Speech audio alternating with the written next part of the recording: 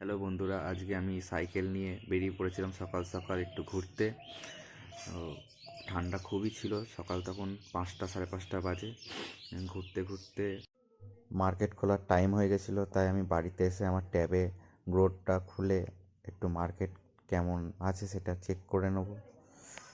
Check করার জন্য আমি actually Nifty small cap 100 follow করি।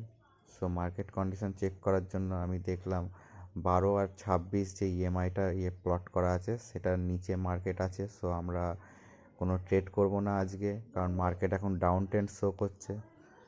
সো আমরা মার্কেটে যখন ডাউন ট্রেন্ড শো করে আমরা কোনো অ্যাক্টিভিটি করি না, মানে ট্রেড নিই না, কারণ আমি বুল সাইডে ট্রেড নিই বেশি। আমি কোনো স্টক শর্ট করি না, শুধু বাই সাইডেই আমি ট্রেড নিই। সো আজকে কিছু করব না মার্কেটে। অ্যাকচুয়ালি এই টাইমে ভিডিওটা আমি বানাচ্ছি কারণ আপনাদের সাথে এই কনসেপ্টটা শেয়ার করার জন্য। আমি মার্কেট অ্যাকচুয়ালি এই টাইমে দেখি না, মার্কেট ক্লোজের পরেই আমি মার্কেটটা ফলো করি যে মার্কেট ডাউন ট্রেন্ড শো করছে না আপ ট্রেন্ড শো করছে। তারপরে আমি আমার ট্রেড প্ল্যান করি, মানে স্ক্যান করি যে কোন স্টকটা ব্রেকআউট দিচ্ছে।